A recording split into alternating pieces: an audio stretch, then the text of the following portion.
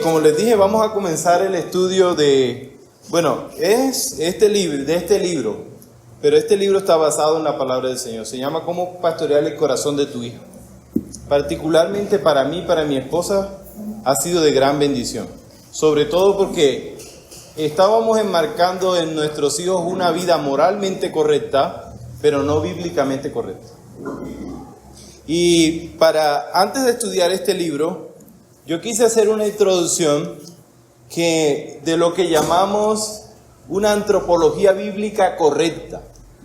¿Qué significa antropología? El antro viene de andros, del griego, que significa hombre, y logía es estudio. Entonces lo que vamos a hacer hoy es a tener un estudio correcto de quién es el hombre, qué es el hombre y por qué se porta de esta manera. Y para eso hay que ir a la Escritura. Un cristiano hoy en día tiene dos luchas fundamentales que va a enfrentar: creerle a Dios o creerle al mundo, creerle a la psicología o creerle a Dios. ¿Por qué? Porque hay mucho que hablar en base a técnicas de criar o educar a un hijo.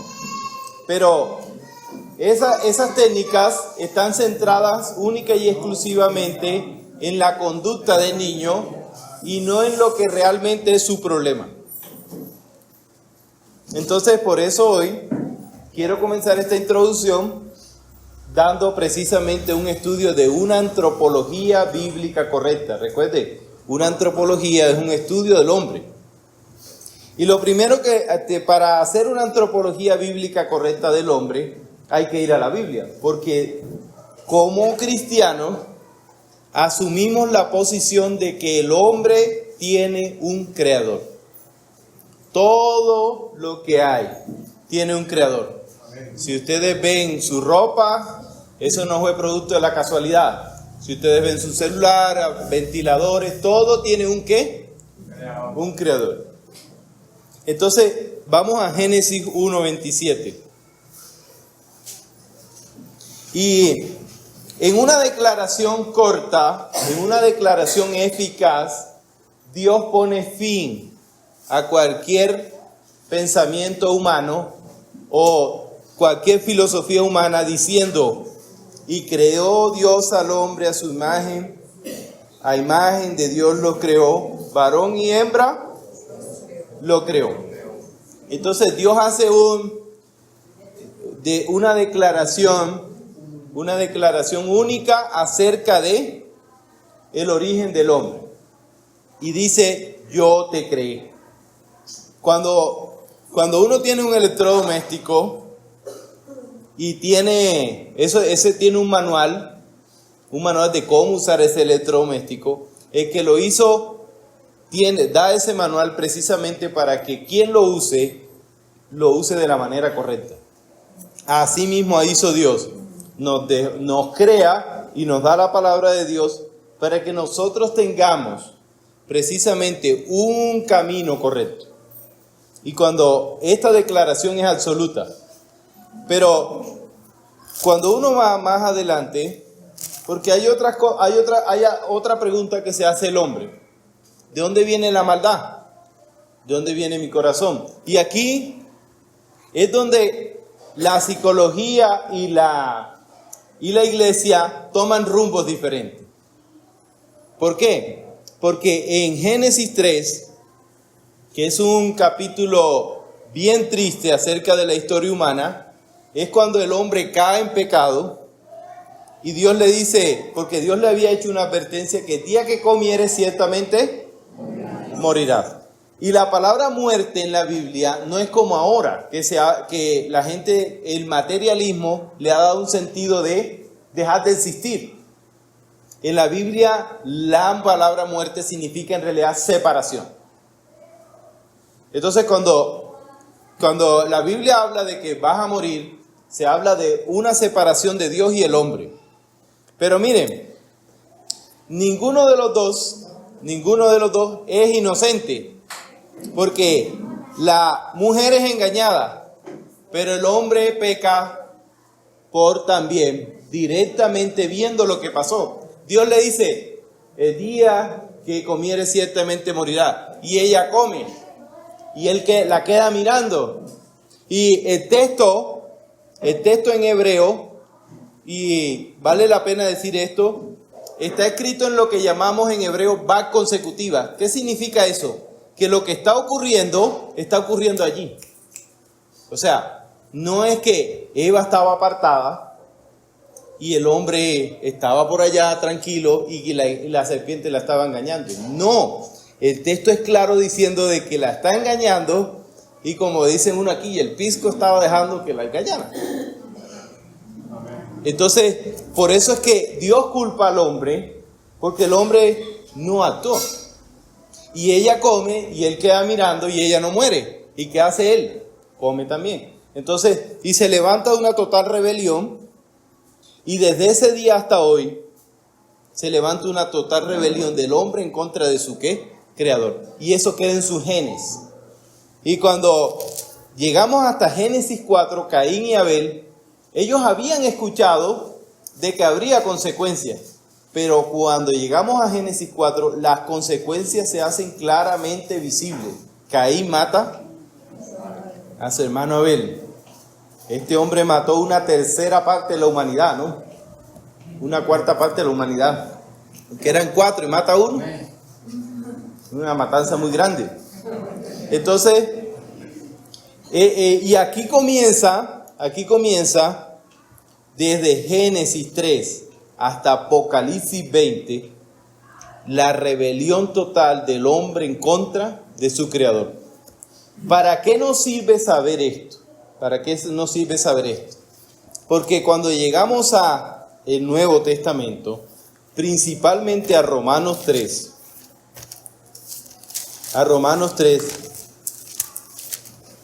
hay una declaración que no le gusta a los seres humanos. Y esta declaración está desde el versículo 10. Dice Romanos 3:10. Como está escrito, no hay justo ni aún uno. No hay quien entienda, no hay quien busque a Dios. Todos se desviaron. Y miren que la palabra todos, ninguno, a una se hicieron inútiles. No hay quien haga lo bueno, no hay ni siquiera uno. Y es clara la Biblia al enseñarnos de que el ser humano es malo. Miren, ¿quién les enseñó a sus hijos a hacer lo malo? Eso viene con el chip, el paquete viene completo. Llega él, llega la maldad. Por eso es que en un salón de clase, cuando yo tenía más de 12 niños, yo decía, bueno, 12 pecadores, pero más de 12 pecadores es más problema. Eso es como cuando crecemos como iglesia. Es más complejo, es más difícil, porque estamos tratando. Pero ¿qué dice la psicología moderna? Que el hombre es bueno y la sociedad lo corrompe. Pero por lo menos esa no es la vivencia que yo tengo hasta en mi corazón. La Biblia dice que el hombre es malo y en el camino se perfecciona. Entonces, ¿cuál es su vivencia? Usted analícese, ¿quién le enseñó a hacerlo mal? No, usted venía malo. Entonces, cuando vamos a hacer una antropología bíblica correcta, debemos empezar del hecho de que la cosmovisión bíblica que nos da la Biblia es que es malo. Y miren lo que dice el Salmo 51:12. En pecado me concibió ¿qué?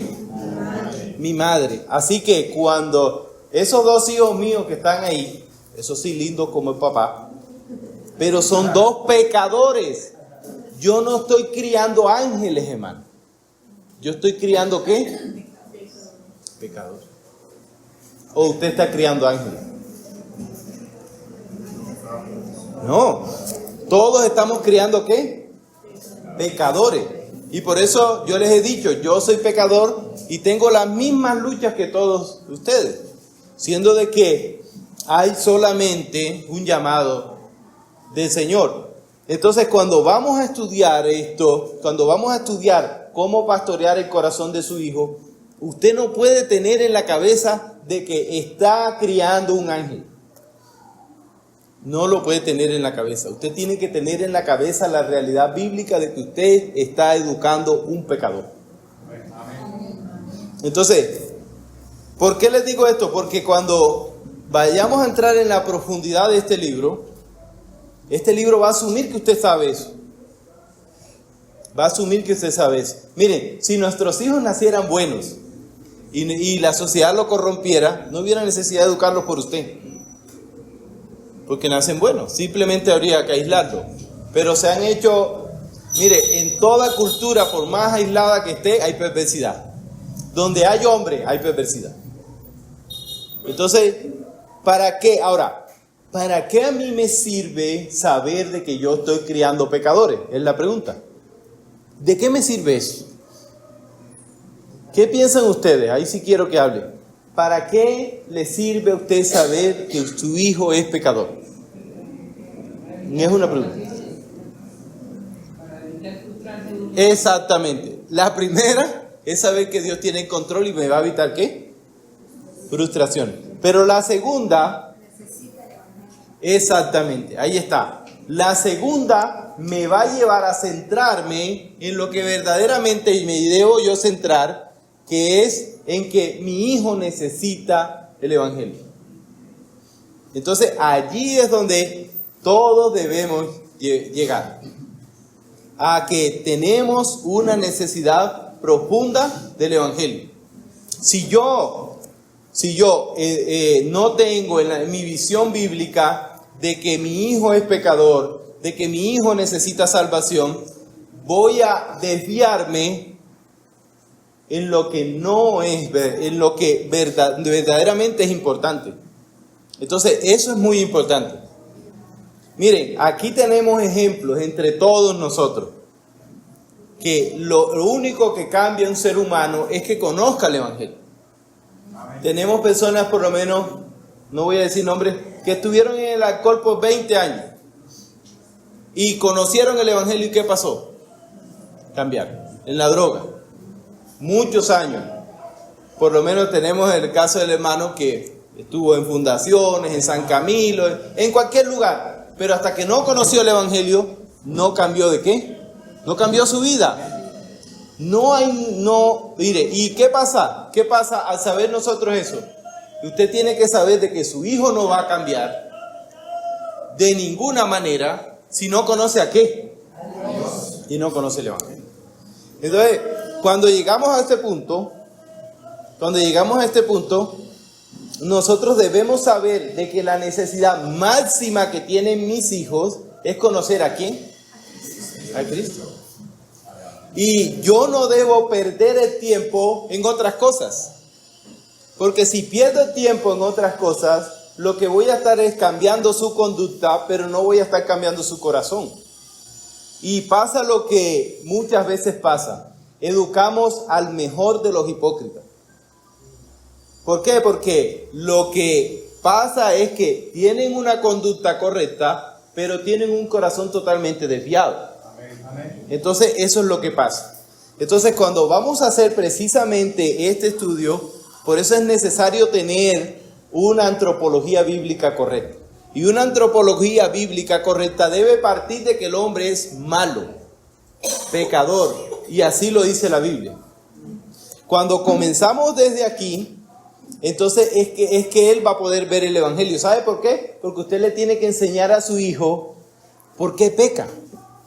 Usted le tiene que enseñar a su hijo por qué es tan dado a la maldad. Usted le tiene que enseñar a su hijo que todo eso muestra que necesita un Salvador. Entonces, cuando usted le va a mostrar a su hijo eso, es que verdaderamente va a ver en él la necesidad del Evangelio. ¿Por qué? Porque cuando se educa un hijo creyendo que es bueno, él no va a ver la necesidad del Evangelio. Ay, si yo soy bueno, entonces ¿para qué Cristo murió por usted? Si usted es bueno. Entonces, ¿sí ven? Entonces es una total contradicción. Entonces, una antropología bíblica debe comenzar desde aquí. Usted no está criando ángeles, usted está criando pecadores.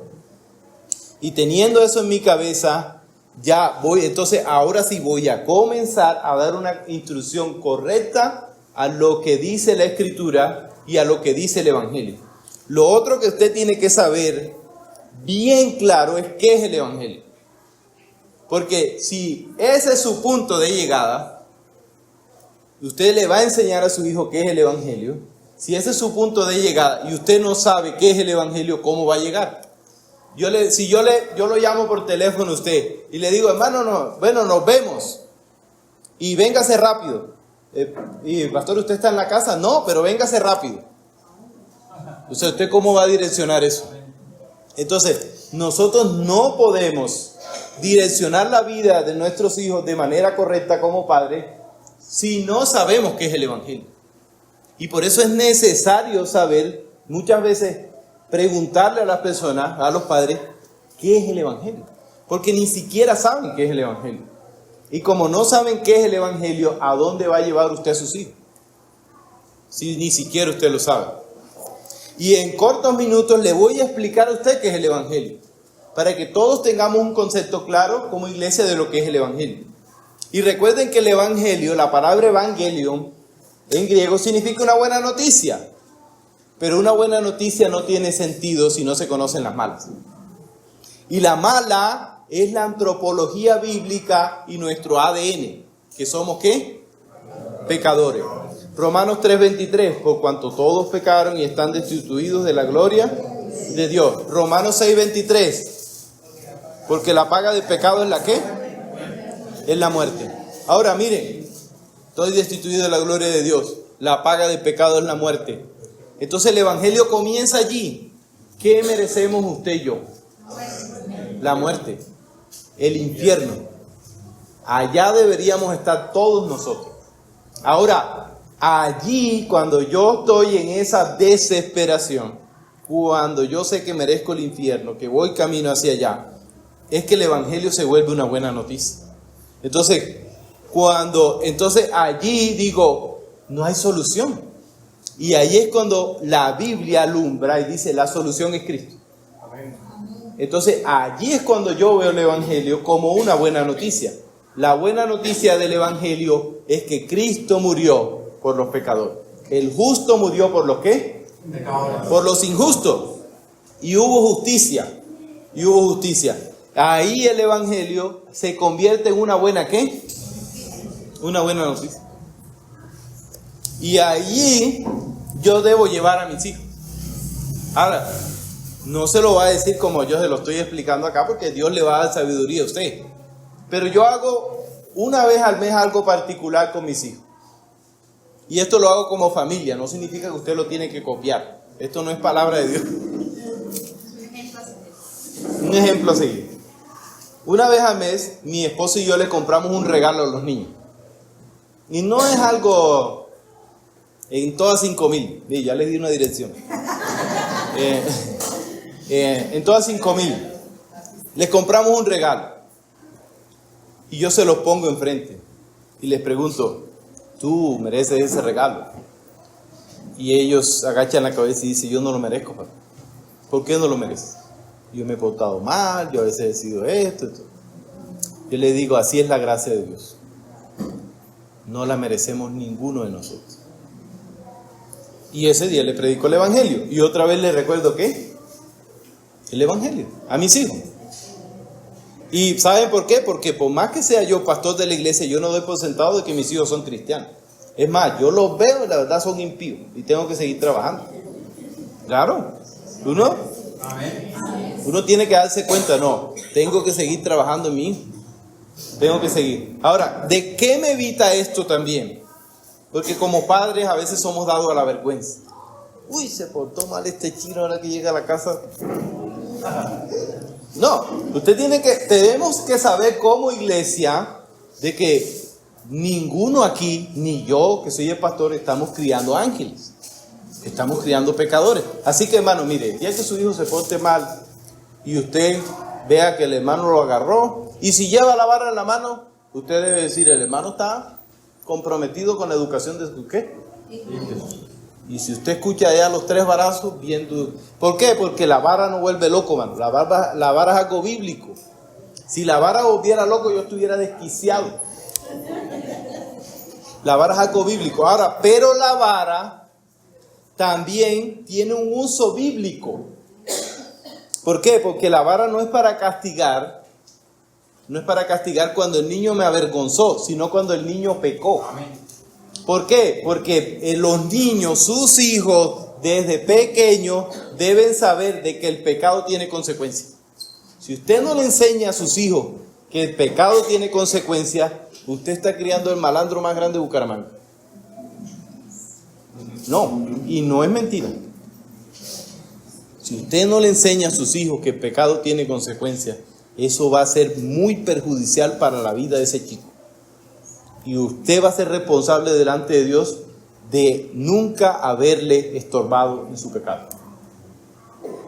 Y es algo serio. Entonces, ahora sí, una antropología bíblica correcta. ¿Tienen alguna pregunta hasta aquí? Porque vamos a seguir los 15 minutos. ¿Tienen alguna pregunta hasta aquí? Eso es una preguntita. Algunos padres luchan, pero cuando presentan el evangelio, bueno, uno sabe que es sencilla pero algunos padres me han preguntado a mí que si un niño, por ejemplo, de 3, 4 años puede creer de verdad, o sea, se puede dar por sentado que es salvo, tiene una edad o algo. Bueno, en términos bíblicos, la Biblia es muy claro con términos de responsabilidad. O sea, aunque mi hijo esté pequeño, yo debo presentarle el evangelio. Ahora, ¿cuándo Dios va a hacer esa obra? No sé.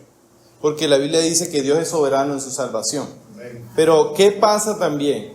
Que yo no debo dejar de hacerlo. Entonces, y lo otro es en términos de responsabilidad. Yo tengo que ver que mi hijo cada día es más responsable.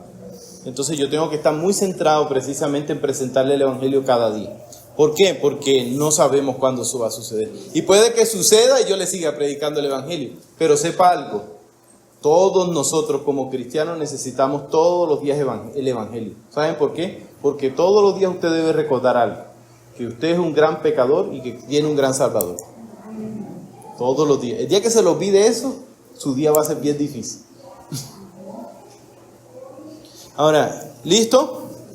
¿Alguno tiene otra pregunta? Bueno, estoy preocupado porque entendieron demasiado.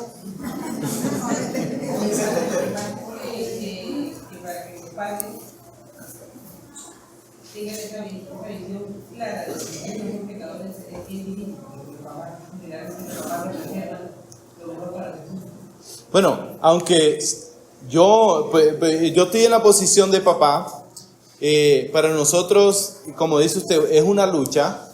Pero para mi esposa y para mí es algo muy claro, de que estamos educando pecadores. Inclusive, eso también nos hace ver a esos niños con misericordia. ¿Sabe por qué? Porque él necesita la misma gracia que me salvó a mí. Entonces, eso nos mantiene en el lugar correcto. Porque a veces pensamos que nuestros hijos no necesitan la misma gracia que yo necesito. Y eso me hace también verlos como verdaderamente son.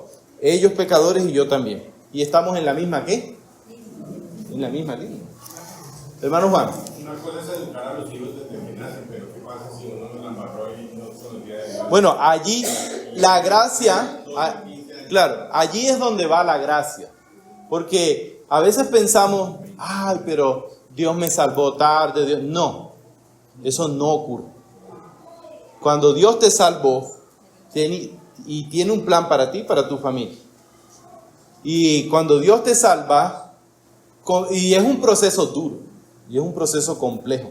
Por lo menos yo vengo de un hogar cristiano, por la misericordia del Señor. Pero mi abuela no la tuvo tan fácil. Mi abuela conoce del Señor cuando sus 8 hijos ya están creciditos. Y comienza una lucha de ella mostrarle a Cristo a través de su testimonio a mis tíos. Y eso no fue fácil. Ni para ella. Yo hoy en día hablo con mi mamá y me dice, para mí, lógico, mi mami me enseña en este camino, fue más fácil para mí educarte a ti. Pero eso no significa de que la gracia de Dios no los pueda alcanzar. Entonces nosotros debemos estar con esa esperanza. Pero cuando yo sé que no hice lo correcto, yo debo mostrárselo a mis hijos. ¿Saben por qué? Porque él debe saber de que en ese tiempo yo no conocía del evangelio y era un pecador perdido, y mira cómo es la vida en la perdición. Entonces eso debe ser un ejemplo para él a no seguir. Yo muchas veces fallo en mi casa y le digo a mis hijos, papá falló en esto. Y papá falla, ¿por qué? Y me dice, Lucas, porque eres pecador. Porque él es bien inteligente. Pero yo les digo, pero esto no es un ejemplo a seguir para ustedes, porque el ejemplo a seguir de nosotros es Cristo. Y pido perdón. Y cuando yo pido perdón, me estoy poniendo en el mismo lugar que él, pecador. Entonces, a veces hay padres que dicen, yo no tengo por qué pedirle perdón a mis hijos. Y yo le diría, esto es sinónimo de dureza y no de humildad. Entonces, yo cada día le pido perdón porque yo soy pecador. Hermano Domingo. Para los hijos que son rebeldes y hacen mucha pataleta. Ahí está la vara. No. Hay manera. Bueno, la vara también tiene un rango. Tiene un rango. Y la idea en el Señor es de que el uso de la vara sea cada vez menor. Pero eso significa de que debe haber un uso de la vara. Pero la vara, recuerden que tiene un propósito, y es corregir el pecado. No es corregir que ellos me hicieron quedar mal o que no, sino corregir ¿qué? El pecado. Yo debo estar enfocado en eso. ¿Por qué? Porque los niños son torpes. Y que derrame jugo, y este chino, pero derramó el jugo, cómprele cómprele un vaso con tapa y se quita la mala vida. Entonces, todas esas cosas, miren, por lo menos no como el hermano Luis Eduardo que me dice que le pegaba por sospecha. No, debemos educar a nuestros hijos en un plan. Ahora, mis papás tuvieron esos errores. Pues mis papás no conocieron del evangelio. Yo no tengo por qué hacerlo con mis hijos. Ahora usted conoce el evangelio, pues déle una ruta diferente a su familia. Porque está mandado a hacer eso. Y recuerden que usted mínimo tiene una responsabilidad en los hijos y en los hijos de tus hijos. Por eso es que mi suegra no me suelta. Porque ella tiene que también, los hijos de tus hijos, tiene que velar y orar por esos nietos. Entonces, es algo. Y entonces, ahora sí, vamos a hablar un poco del libro. ¿Listo? Entonces, miren, en este libro vamos a desarrollar lo que es la autoridad. Y es algo bien complejo para los chicos hoy saber qué es la autoridad. Porque la autoridad es lo que menos se quiere hoy reconocer. Vamos a hablar de lo que verdaderamente es un pastoreo. Y miren, un pastoreo, hermano, les voy a decir algo. Esto genera esfuerzo y tiempo. Esto no es frutiño, hermano, que usted le echó agua y al día siguiente no. Esto es una pelea. O sea, la pelea con su pecado, ¿cuándo va a terminar? Hasta que muera. Entonces la pelea del pastoreo con su hijo, ¿cuándo va a terminar? Hasta el día que Dios lo tenga bien y se vaya. Entonces esto es algo serio.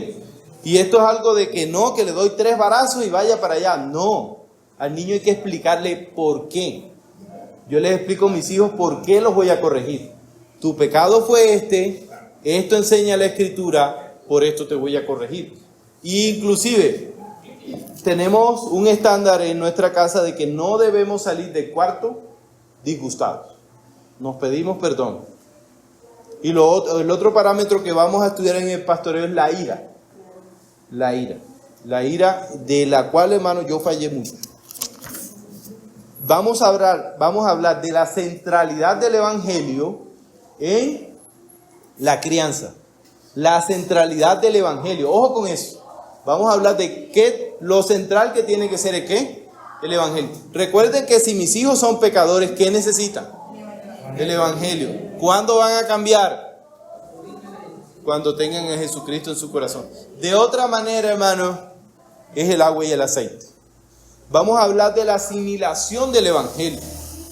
Y vamos yo quiero hasta dar ejemplos muy específicos con edades. Y cuando hablemos de la asimilación del Evangelio, los que tienen hijos adolescentes, vamos a combinarlo con un libro que se llama Edad de Oportunidad, para abarcar todo el rango. Y por último, vamos a hablar de cuál es la misión de la iglesia en este proceso. Porque les voy a decir algo, hermano, que usted eduque a sus hijos en el temor del Señor no es mi responsabilidad, ni la de la iglesia, es de ustedes como padres. Así que aquí sí me las lavo como Pilato. Entonces, la centralidad. Usted debe estar aquí estudiando esto porque usted es el responsable de sus hijos. Un día se presentará delante de su Creador y usted tendrá que dar cuenta por sus hijos. Y por las responsabilidades que adquirió. Por las responsabilidades que adquirió, ¿sabe por qué? Porque hoy en día, y eso ha sucedido toda la vida, por lo menos se trae hijos. Por lo menos hay padres que en su vida pasada, no conociendo el Evangelio, se divorcian. Y cuando llegan al Evangelio, la idea siempre es que aquí, bueno, hermano, aquí lo encontró el Evangelio y de su esposa, y se asumen hasta otras responsabilidades que deben estar dentro del rango del Evangelio y del hogar. Eso incluye entonces a hijastros. ¿Por qué? Porque si yo me caso con una mujer y asumo esa responsabilidad, la asumo de todas las formas.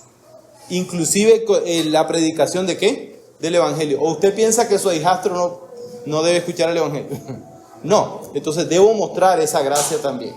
Entonces es muy importante todo lo que vamos a estudiar. Entonces, otra vez, ¿tienen preguntas?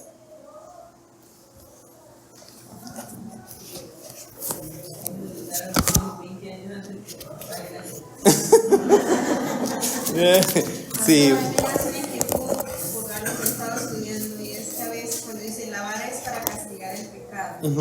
Yo pienso que a veces hay mucho desconocimiento para los padres cuando le digo que claro. No hay diferencia si eso es pecado, No. si eso es una... Sí, yo pienso que también hay que, por el proceso, ir aclarando que es pecado. Claro, y vamos a estudiar eso, pero por lo menos hoy estudiamos que somos pecadores, pero después vamos a estudiar qué es pecado. Pero lo vamos a estudiar a medida del libro, y eso va a ser a profundidad. ¿Por qué? Porque como dice la hermana Marta, hay padres que ni siquiera tienen un discernimiento de qué es pecado y qué no. Y confunden el pecado con la torpeza. Mire, conozco por lo menos, mis tíos me dicen que si se caían, les corregían. Dañó la ropa. Entonces, Entonces, y era una torpeza. O sea, no era algo pecaminoso. O sea, imagínense, es pecado caerse, entonces nosotros pecamos bastante cuando... Entonces, tenemos que ir a la centralidad ¿de qué? Del Evangelio. Y la centralidad del Evangelio es esa. Entonces, para repasar y culminar, recuerden, para nosotros para poder pastorear el corazón de nuestro hijo de manera correcta, debemos saber y entender de que nuestros hijos son ¿qué? Pecadores. Y eso nos va a dar el camino donde yo debo apuntar. Y donde debo apuntar es ¿a dónde? Al Evangelio. Que ellos conozcan ¿qué? El Evangelio. Mire, si su hijo conoce el Evangelio, usted no va a estar preocupado en la universidad. Si su hijo conoce el Evangelio, usted no va a estar preocupado porque no sea estudioso, porque no. No, si su hijo conoce el Evangelio, antes de ser un profesional, va a ser una bendición para usted y para su familia. Porque muchos padres están centralizados en el éxito de su hijo y no en lo que verdaderamente implica eso. Entonces, vamos a orar. Y si no tienen ninguna pregunta, vamos a orar para dar explicación después a algo que les voy a decir de las cartillas que vamos a trabajar.